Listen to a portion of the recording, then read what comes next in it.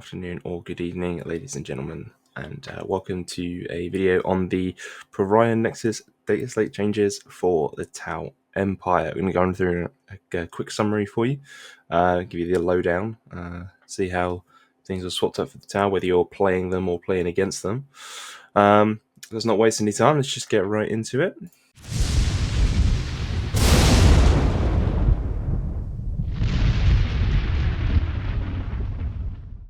Data changes. There have been no specific data changes for Tau, but do not let that fool you. There have been a lot of fairly relevant changes, intricate, tricky things that you need to be aware of as a Tau player or playing against Tau, and they changed up the way that they do things. So it's definitely worth knowing, but nothing specific. None of the data sheets changed, and stratagems changed, transfers, nothing like that.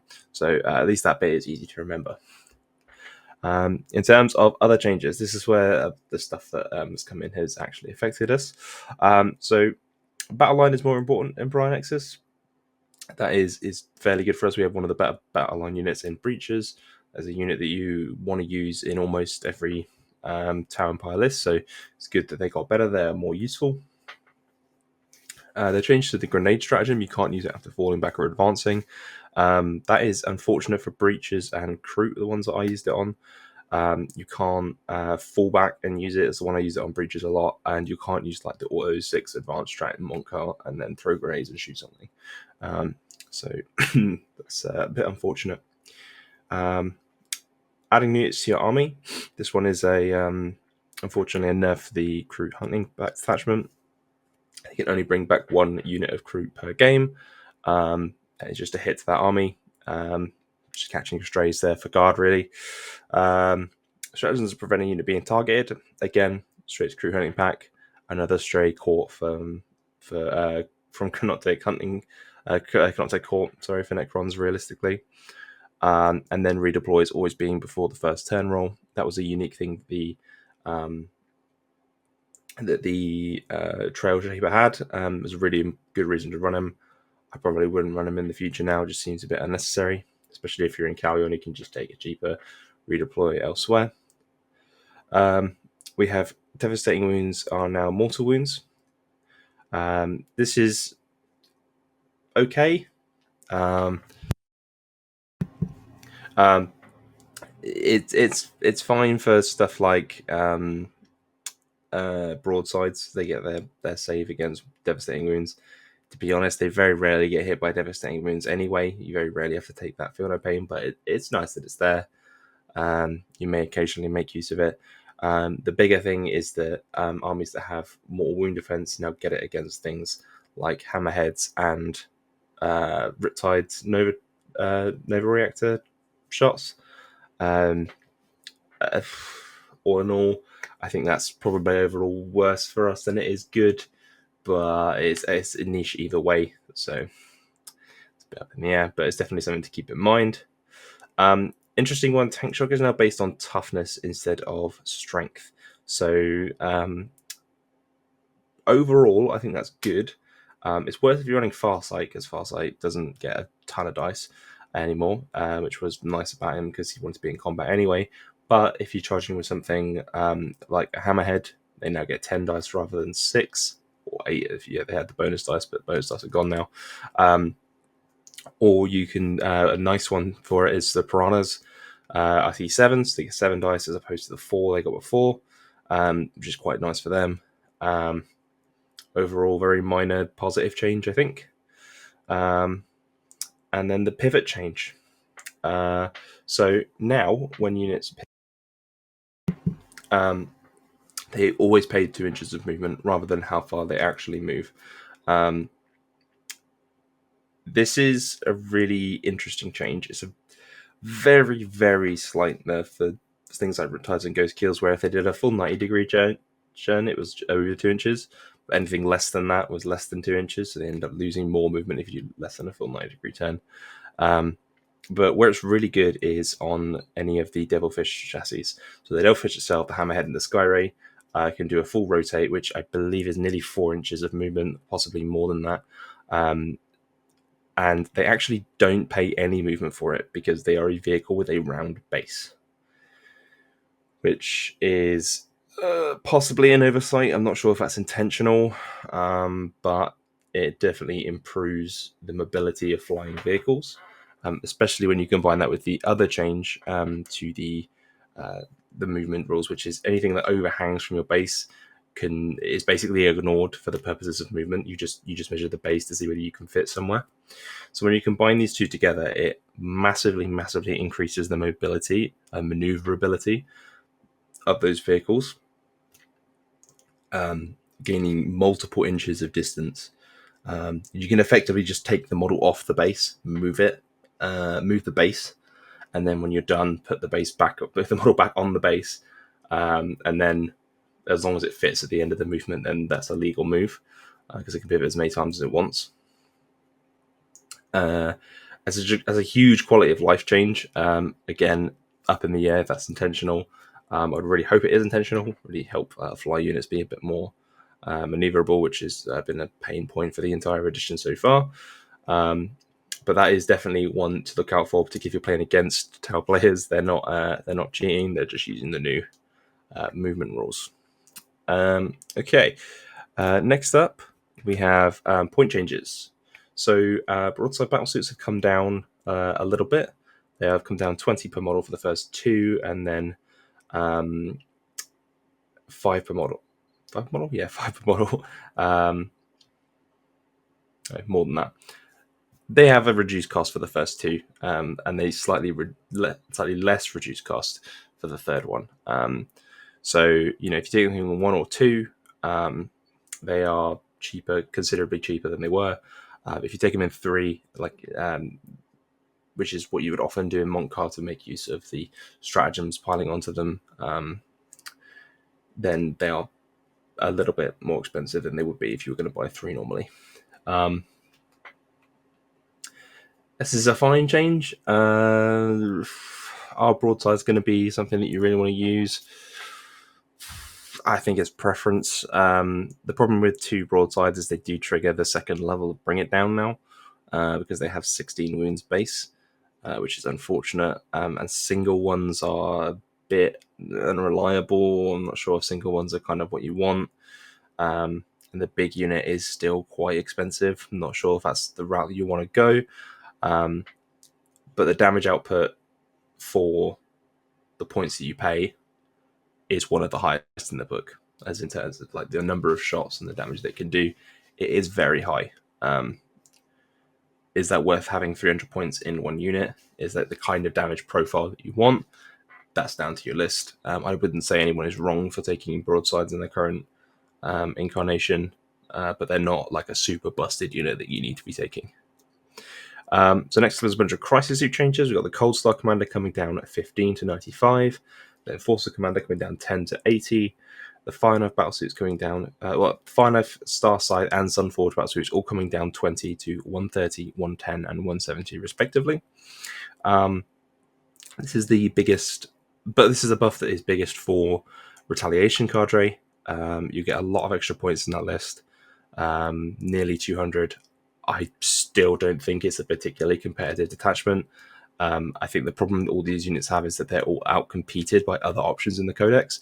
The Star Scythe by Breachers, the Fire Knife by Riptides, Ghost Kills, and Ion Cannon Hammerheads, and the Sunforges by Sky Rays and now Broadsides and Rail Hammerheads. And when these crises are like the third best choice to take of a unit, it's probably not one you're going to see very often. They're just awkward to use. The data sheet rules aren't the best. Not sure they're going to make their way into Montcar or Callion lists. But if you really enjoy your Retaliation Cadre, you got a bunch of extra points. Strike teams have gone down 5. Sure.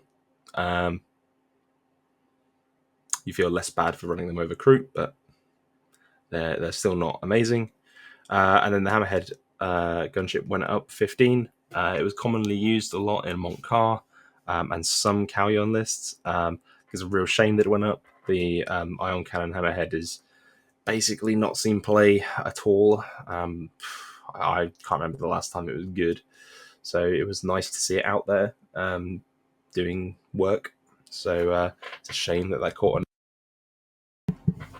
on. So it is what it is. It's minor. If you're running 3 of them, it's a noticeable hit, but it's not a big deal. I think there are other options that you can rotate to that are better or worse.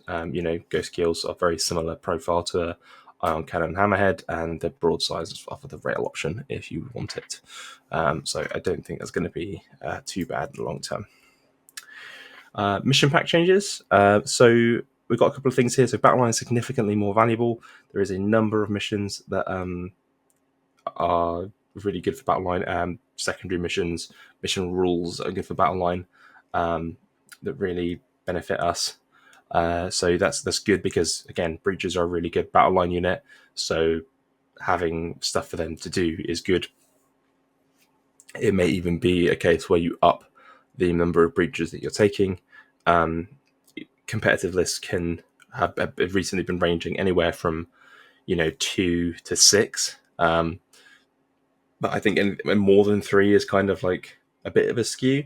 But now I think if you go like up to 4 or 5, it's not that weird. They're the best unit in the codex, so it's not that strange. The other big benefit that we get mission-wise is that Bring It Down has been significantly reduced in the points that it gives up. What does this mean? If you have 15 wounds or less in your unit, you get it's 2 points. If you have 14 wounds or less in your unit, you get 2 points. If they have 15 wounds or more, you get another 2. And you have to kill the whole unit to get the points. So this is valuable in a couple of ways. So you got your Riptide, your Ghost Kills, your tanks of all varieties all only give up 2 now. It's really useful. Units of 2 Piranhas only give up 2 rather than 4, which is really helpful. So we had the units of Crisis. They would give up 6 before. Now they give up 2. Unfortunately, the commander going in there does also give them another 2 points. Sorry, so you would get 4 for getting a Crisis unit with a commander in there, which is another knock against his units, unfortunately. But something you have to keep in mind with Crisis is that you can not take, if you take the maximum number of shield drones that you can, which is 1 for each model, that brings you to 15, which does bring you to 4. So you have to not take, one of them can take, they can all take gun drones, 2 shield drones, and then 1 takes a marker drone, for example. And then you can have 14 wounds and not get whacked by Bring It Down. So that kind of works out quite nicely. And yeah, as I mentioned before, one to keep in mind is that broadsides, 2 broadsides will trigger the increased Bring It Down. So you need to be careful with those 2-man units of broadsides and 3-mans. And lastly, the nice thing that we have here is secondary missions benefit late game primary pushes. So there's a lot of missions in the current pack with catch-up mechanics. And then there are the secret missions as well, which give you a bunch of extra points. It's really good since Tau do tend to struggle with primary. They fall behind they fall behind at the start, especially if you're in Kalyon. And there's just a lot of stuff on the board. And then as you start to destroy enemy units, you can then get on primary. And that kind of just plays well into the fact that you can get more primary later. And then the secret missions, we can do secret missions. I think that this is particularly a Kalyon benefit, but it does benefit all Tau detachments, I do think. In addition, there are a couple of secondaries, things like Scorched Earth, which do benefit the first turn. So you want to go Montcar, that does get some benefits as well to running stuff like that. It's not just all Kalyon benefits. But that's pretty much it for Tau. That is pretty much what we have. There isn't anything too crazy. I don't think it's going to be much rejigging of lists, to be honest. But in terms of adapting the detachments, Montcar, we are a little sad for the Hammerhead nerfs, but broadsides with high output metal pods have improved. So, you take some, you lose some. There's some minor nerfs here and there. Carry-on, I don't think there's any substantial changes. I'm not planning on changing my carry-on list. It's just it is what it is. Just keep going as you were, and the method changes around you, and we'll have to see how that we adapt from there, rather than making changes based on adaptations to our book. Retaliation cadre saw the biggest improvement via points changes and stratagem improvements. You'll notice I didn't mention the stratagem change because it's very irrelevant for Tau. The only stratagem changes you get is Montcar get point defense, the -1 damage for 1 CP. Kion doesn't get any additional strats that it can use because they either don't target Farsight's unit or they target more than one unit. So is what it is. Retaliation cadre gets a nice benefit from that. The problem is just 3 of its strats are just totally worthless. You could use them if they were free, but you're probably just going to be making Fire and Fade free. And that's that. So yeah. Also one of the things to keep in mind is Pure Tide Engram chip as of currently has no function. It doesn't work as an enhancement because it does not specify a strat that you can use for a second time for free. So don't take it until it gets FAQ because it doesn't do anything. Just something to keep in mind. And then we've got the last thing I'll say is the retaliation cadre. The changes that are made, while nice, are probably not enough to make it a contender.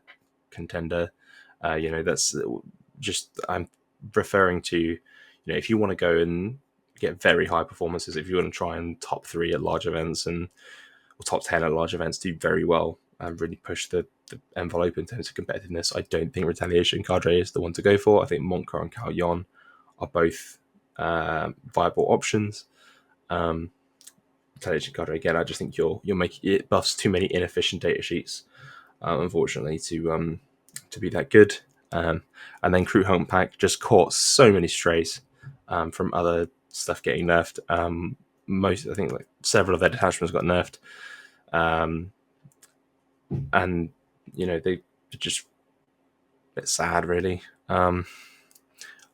It was the best performing detachment that we had previously by virtue of being the choice of some high level players. It's probably knocked out of competitive viability, I would say. I don't really see a reason to run this instead of Montcar Cao Yon and Assuring like a really skew fluff list. But there's other armies that do it better, so even in teams it's a bit of a overall I think things look good for Montcar and Cao Yon. I think there's a lot of play around the missions and the sort of secondaries, primaries that you can do there. It's going to be really interesting, and we're just going to have to see how the meta shakes up to figure out what units and weapons that we're going to be taking to deal with stuff. But the good default to fall back on is more breaches, because breaches are good against basically everything. So that's just a good start. That's it for the Tau changes for what they are. I appreciate you listening. If you like this video, you can feel free to like it, subscribe to the channel, all that jazz. Really helps us out. And until next time, goodbye.